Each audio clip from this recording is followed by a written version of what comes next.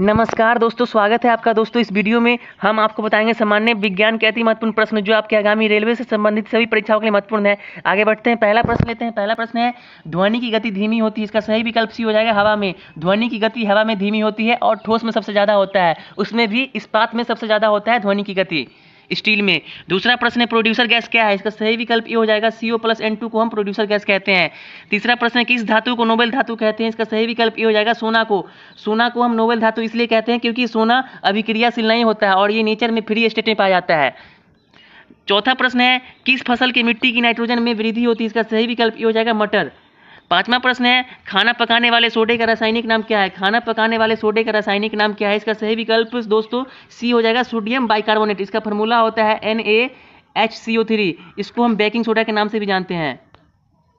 अगला प्रश्न है, रबर को कड़ा करने के लिए किस पदार्थ को मिलाया जाता है। इसका सही विकल्प सी हो जाएगा सल्फर को। रबर को कड़ा और उछाल बनाने के लिए सल्फर को मिलाया जाता है रबर में। सातवां प्रश्न है, समुद्र के पानी में सबसे अधिक लवण कौन सा है। इसका सही विकल्प ए हो जाएगा सोडियम क्लोराइड। समुद्र के पानी में सबसे ज़्यादा लवण जो पाया जाता है वो सोडियम क्लोराइड होता है, तभी इससे हमको नमक की प्राप्ति होती है वाष्पीकरण द्वारा। अगला प्रश्न है, लौह अयस्क प्राकृतिक में किस अवस्था में पाया जाता है। इसका सही विकल्प ये हो जाएगा ऑक्साइड के रूप में पाया जाता है। जैसे इसका उदाहरण हो गया हेमेटाइट। हेमेटाइट का फॉर्मूला होता है Fe2O3। और मैग्नेटाइट हो गया, इसका फॉर्मूला होता है Fe3O4। हेमेटाइट का फॉर्मूला होता है Fe2O3 और मैग्नेटाइट का फॉर्मूला होता है Fe3O4। अगला प्रश्न है, जीवन के लिए सबसे विषैली गैस कौन सी। इसका सही विकल्प सी हो जाएगा, डी हो जाएगा कार्बन मोनोऑक्साइड। जीवन के लिए सबसे विषैली गैस कार्बन मोनोऑक्साइड है। अगला प्रश्न है, बेकिंग सोडा का सही सूत्र है। इसका सही विकल्प डी हो जाएगा सोडियम बाइकार्बोनेट NaCO3।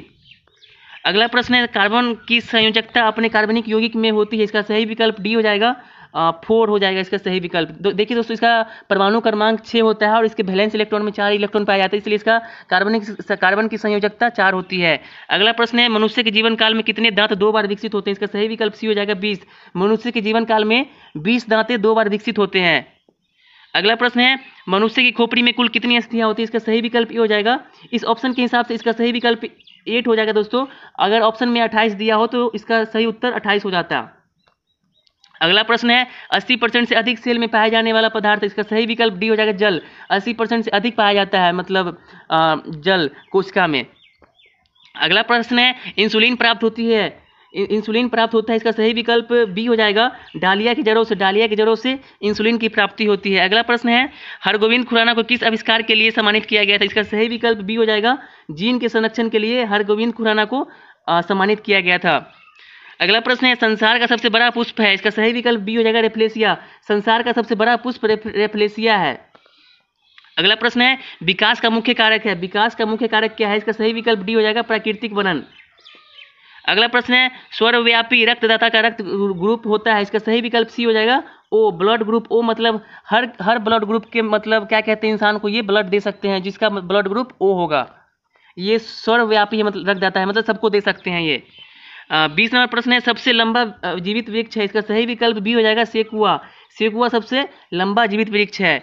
अगला प्रश्न है, एस्पिरिन है। इसका सही विकल्प दोस्तों बी हो जाएगा एंटीपायरेटिक। एस्पिरिन क्या है, एक एंटीपायरेटिक है। देखिए दोस्तों, एस्पिरिन क्या होता है। एस्पिरिन होता है, एस्पिरिन का उपयोग बुखार के अलावा मांसपेशियों के दर्द, दांतों के दर्द, सर्दी जुकाम और सिर दर्द में आराम के लिए किया जाता है इसका उपयोग एस्पिरिन का।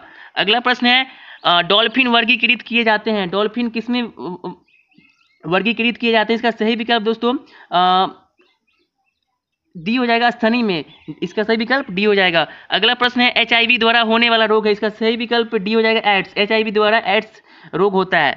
अगला प्रश्न है, विटामिन सी का रासायनिक नाम है। विटामिन सी का रासायनिक नाम क्या है, तो एस्कॉर्बिक एसिड। इसका सही विकल्प ए हो जाएगा दोस्तों एस्कॉर्बिक एसिड।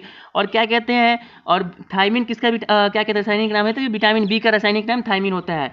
अगला प्रश्न है 25 नंबर, पुरुष जीन संगठन होता है। इसका सही विकल्प दोस्तों बी हो जाएगा XY। अगला प्रश्न है, प्रकाश संश्लेषण होता है। प्रकाश संश्लेषण केवल दिन में होता है। इसका सही विकल्प डी हो जाएगा। प्रकाश संश्लेषण याद रखिएगा दोस्तों केवल दिन में होता है। केवल ये दिन में होता है प्रकाश संश्लेषण। अगला प्रश्न है, जीवन विकास को सर्वप्रथम किसने समझाया। इसका सही विकल्प दोस्तों लेमार्क हो जाएगा। इसका सही विकल्प डी हो जाएगा लेमार्क। अगला प्रश्न है, प्रयोगशाला में सर्वप्रथम DNA का संश्लेषण किसने किया था। इसका सही विकल्प दोस्तों बी हो जाएगा हरगोविंद खुराना। हरगोविंद खुराना इसका सही विकल्प हो जाएगा। अगला प्रश्न है, पौधे व पेड़ का खाना तैयार करने की प्रक्रिया कहलाती है। पौधे व पेड़ की खाना तैयार करने की प्रक्रिया क्या कहलाती है? इसका सही विकल्प दोस्तों डी हो जाएगा, फोटोसिंथेसिस। इसका सही विकल्प क्या हो जाएगा? फोटोसिंथेसिस। इसको हिंदी में हम प्रकाश संश्लेषण कहते हैं।